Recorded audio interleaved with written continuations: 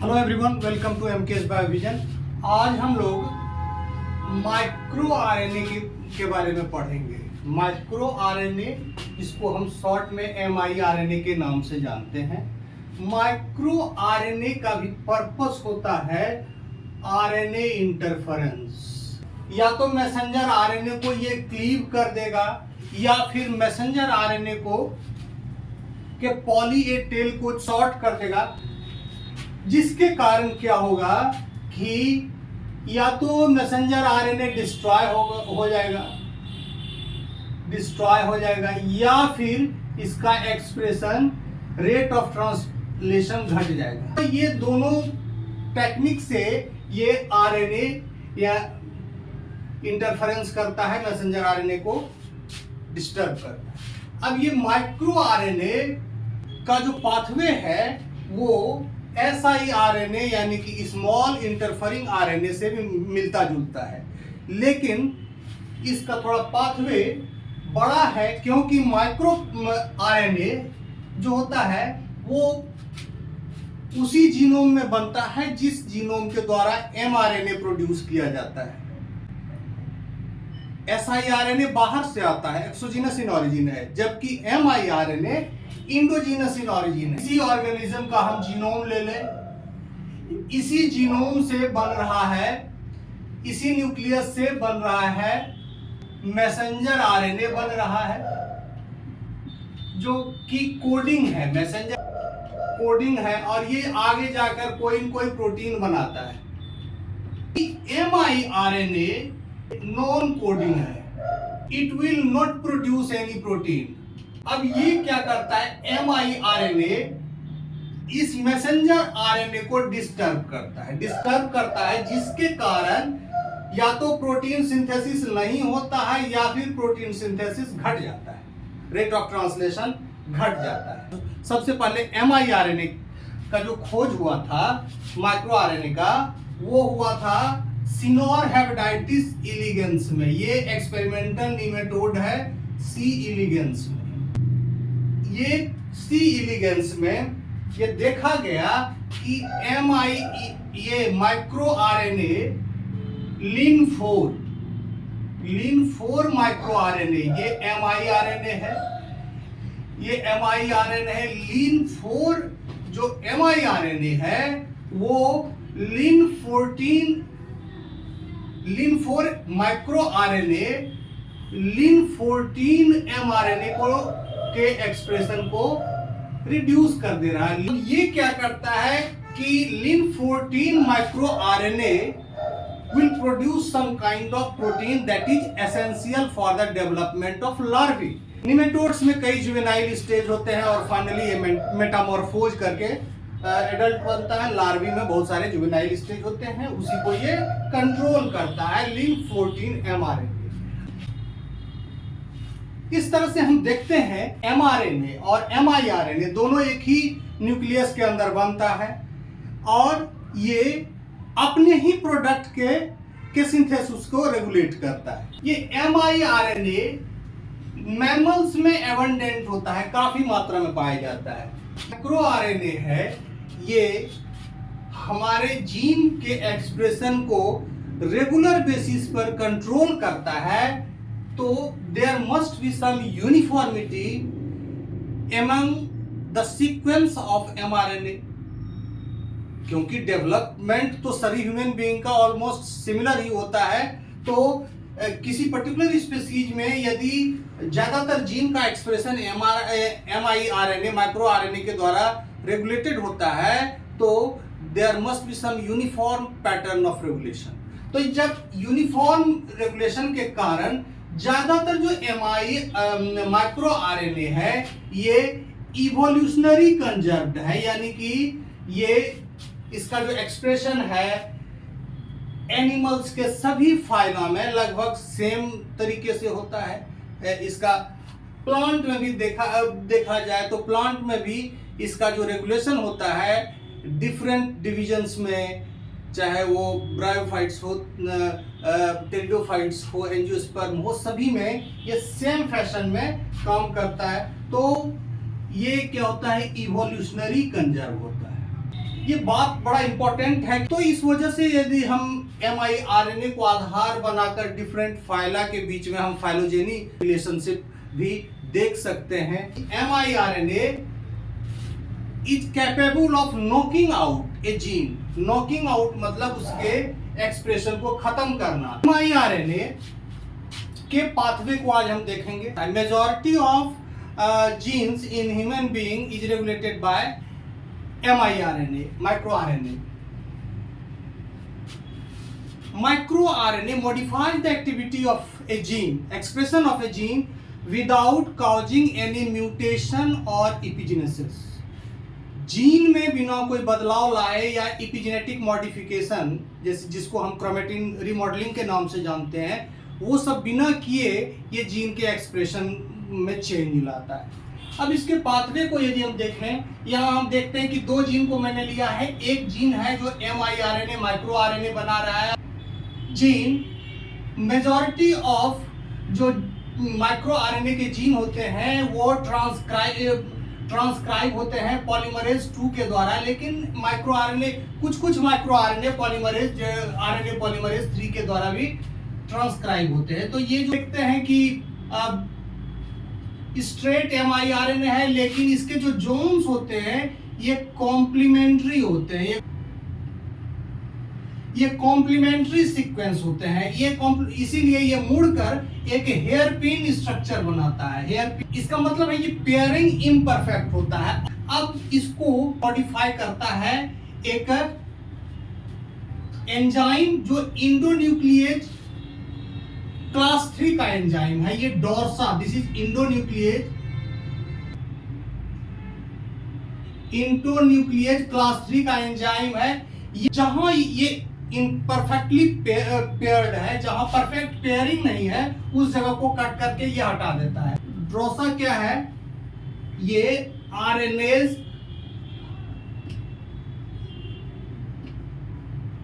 RNase 3 है, यानी कि इस क्लास का एक इंडोन्यूक्लिएज है जो इनपरफेक्टली पेयर्ड पार्ट्स को काट के हटा देता है। अब इस तरह से हम देखते हैं कि ये कट किया और साथ ही साथ इसमें एक और भी प्रोटीन है जिसको हम कहते हैं आरएनए बाइंडिंग प्रोटीन। वो है DGCR8। ये मैमल्स में पाया जाता है। एक जो पाशा है ये फ्रूट फ्लाई यानी कि ड्रोसोफिला में पाया जाता है।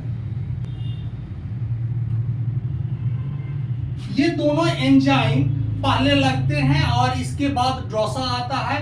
इस तरह से ये इसका मॉडिफिकेशन करता है। तो अभी तक हमने क्या देखा इसमें कि जो जीन 1 है ये एक्सप्रेस करके या तो एक आरएनए बना सकता है, एक mRNA बनाएगा, या मल्टीपल mRNA का सीक्वेंस होगा। तो यदि मल्टीपल mRNA बनेगा तो इसमें इस तरह का सीक्वेंस पाया जाएगा। ये कई हेयर पिन स्ट्रक्चर है, ये सेल्फ कॉम्प्लीमेंट्री है। तो इसके बाद ये सेल्फ कॉम्प्लीमेंट्री सीक्वेंस आपस में लूप बनाकर हेयर पिन स्ट्रक्चर बनाता है और इसी हेयर पिन स्ट्रक्चर से बाइंड करता है ड्रोसा इंडोन्यूक्लिएज जो आरएनएज है। एक आरएनएज क्लास 3 का है, आरएनएज क्लास 3 का एंजाइम। इसको बाइंड करने से पहले DGCR8 एक प्रोटीन है और पाशा, ये protein Pasha is found in fruit fly और DGCR8 is found in mammals. दोनों के काम बराबर होते हैं। ये पहले बाइंड करता है, उसके बाद ये ड्रोसा बाइंड करता है। ये इसको कट करके इस तरह से बना देता है। ये जब नीचे ये after the modification of Drosha this particular mRNA is now known as precursor mRNA, जिसको हम शॉर्ट में प्री mRNA कहते हैं। ये है प्राइमरी mRNA यानी प्राइमरी ट्रांसक्रिप्ट है, इसको हम प्राई mRNA कहते हैं। अब प्रीकर्सर आरएनए क्या करता है? न्यूक्लियस के बाहर चला आता है एक्सपोर्टीन 5 के द्वारा। साइटोप्लाज्म में देखते हैं साइटोप्लाज्म में क्या होता है।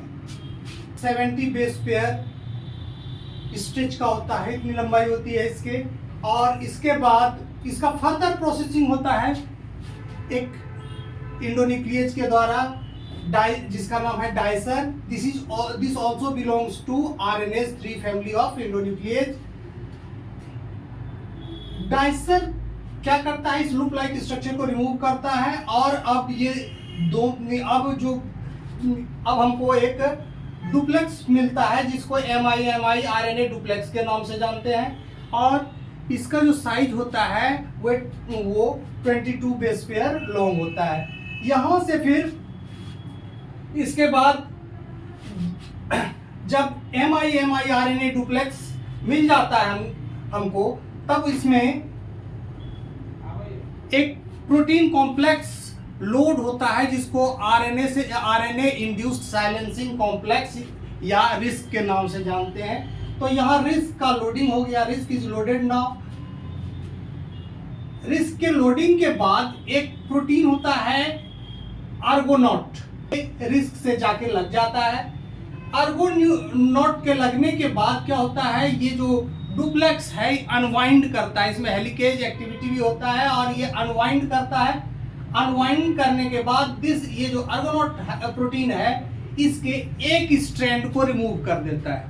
इसमें दो स्ट्रैंड होते हैं, एक पैसेंजर स्ट्रैंड और एक गाइड स्ट्रैंड। गाइड स्ट्रैंड का कॉम्प्लीमेंट्री सीक्वेंस यहाँ रहता है, इसीलिए guide strand is an antisense strand. ये एंटीसेंस स्ट्रैंड है क्योंकि यहाँ से ये बाइंड कर सकता है।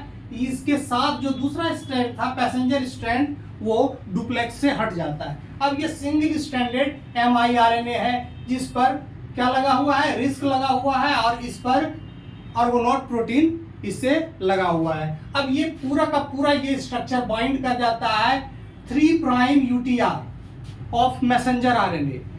3' UTR पर ये जाके बाइंड कर गया है मैसेंजर RNA और बाइंड करने के बाद क्या करता है कि ये पूरे mRNA को या तो क्लीव कर देगा, जगह जगह काट देगा, इस तरह से चॉप अप कर देगा, RNA को चॉप अप कर देगा, काट देगा, या फिर इसको इसके RNA टेल को इट विल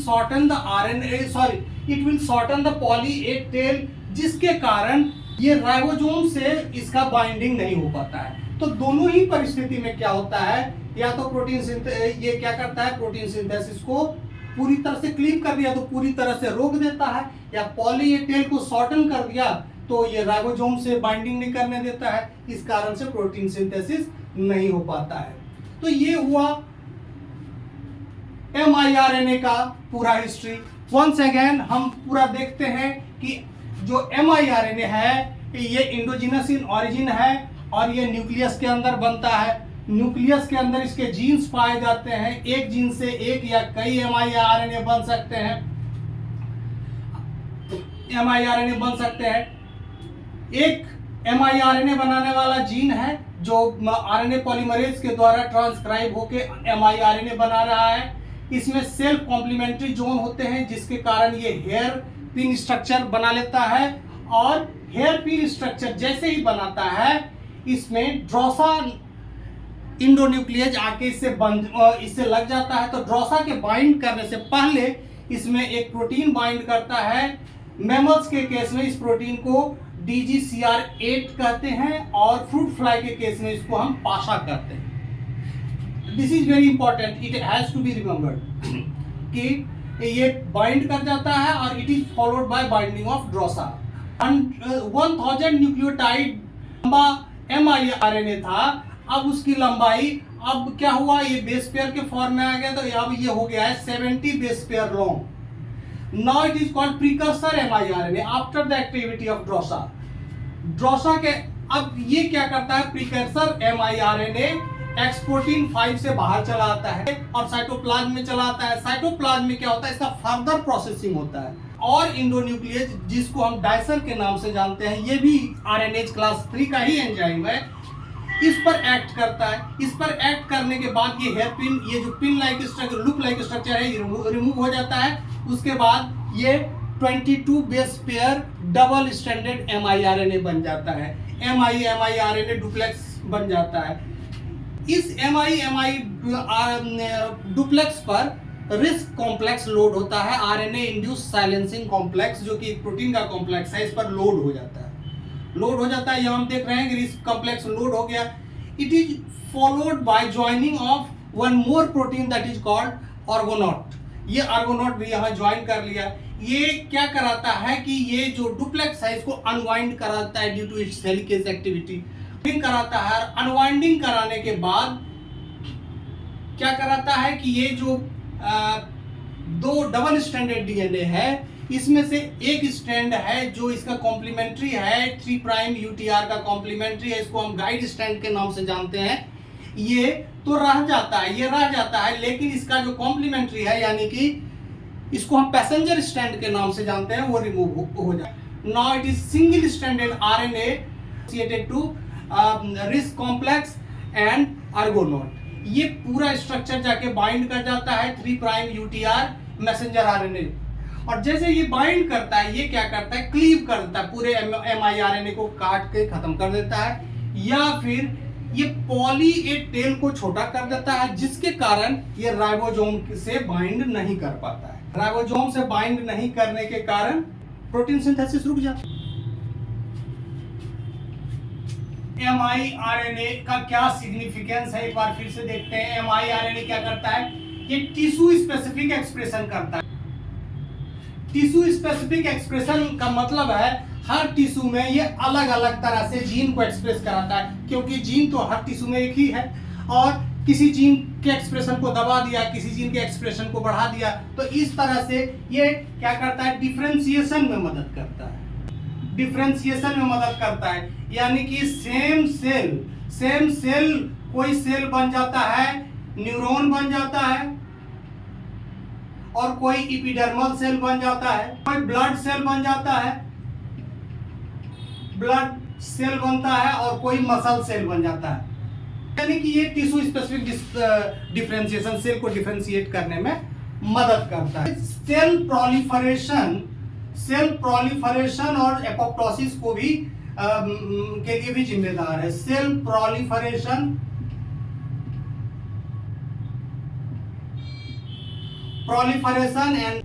एंड एपोप्टोसिस।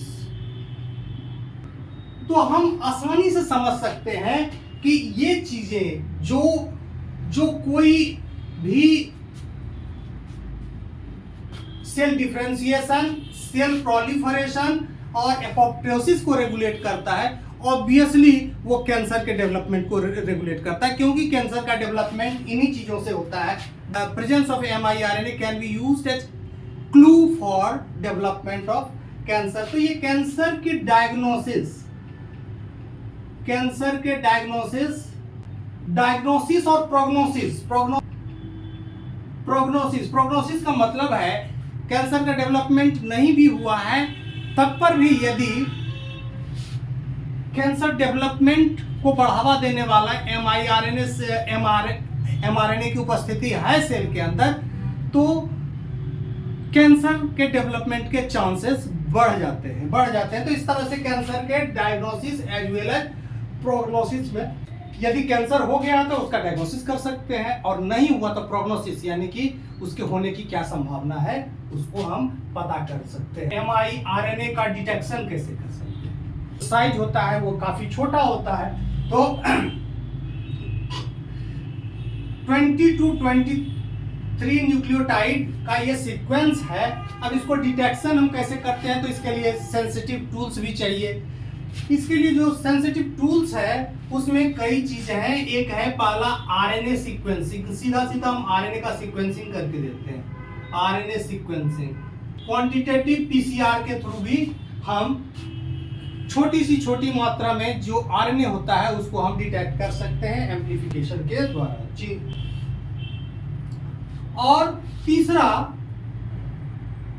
जो कम इस्तेमाल होता है वो है फिश एनालिसिस, यानी कि fluorescent in situ hybridization analysis.